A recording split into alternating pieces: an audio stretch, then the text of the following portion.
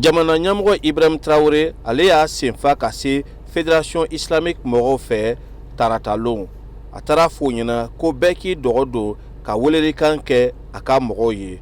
Ora an sera Bobo Dioulasso Fédération Islamique ɲɛmɔgɔ fɛ Hamad Sanogo a ye min sɔrɔ a la a b'o fɔ an ye. Donc ora vraiment an bɛ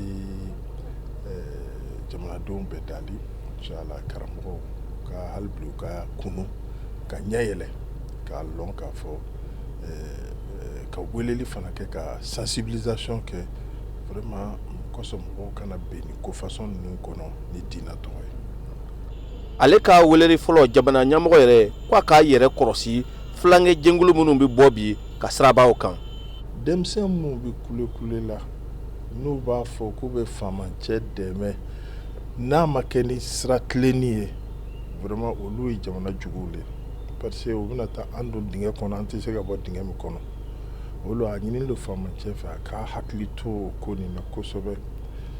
A ko ala dali ti foyi ɲɛ ko na fo sɔrɔdasiw yɛrɛ fana kɛ laadiri ye kɛlɛ nin kɛcogo la.